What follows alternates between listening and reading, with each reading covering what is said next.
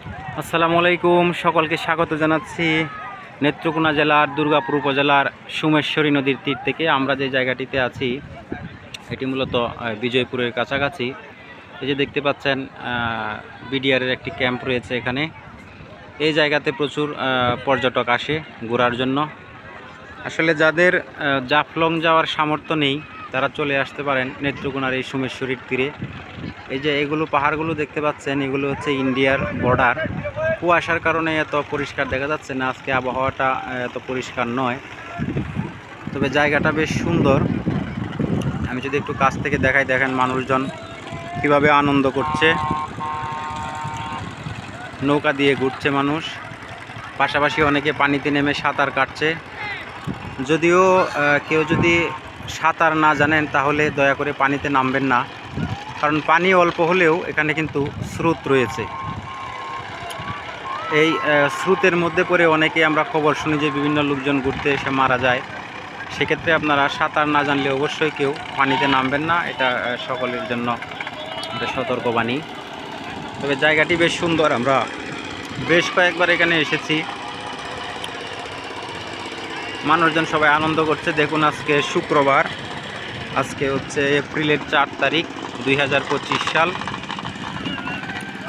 এখন দুপুরবেলা, মানুষজন আসা শুরু হয়েছে।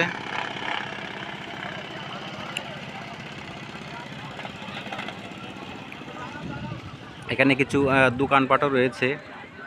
যারা কেনাকাটা করতে ভালোবাসেন তাদের জন্য বর্ডার থেকে ইন্ডিয়ার বেশ কিছু জিনিসপত্র এখানে পাওয়া যায়। কসমেটিক থেকে শুরু করে চকলেট, এমনকি কম্বল পর্যন্ত রয়েছে এখানে।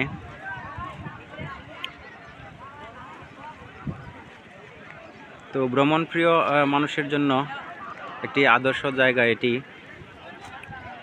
যদি এখানে কোনো হোটেল বা রিসোর্ট নেই, তবে আপনারা নেত্রকোনা থেকে বা আশপাশের উপজেলা থেকে সহজেই এখানে চলে আসতে পারবেন। 1 ঘন্টার মধ্যে সড়ক পথে আসা যায়।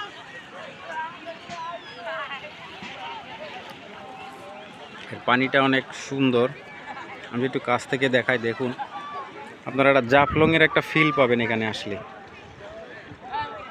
পানিতে কিন্তু স্রোত রয়েছে।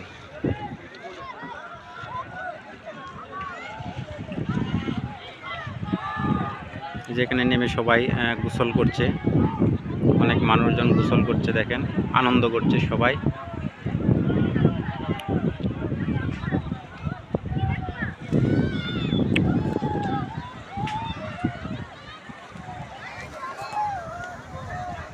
ছোট ছোট ছেলে মেয়েরা মজা করছে। তো সকলে ভালো থাকবেন, সুস্থ থাকবেন। আল্লাহ হাফিজ।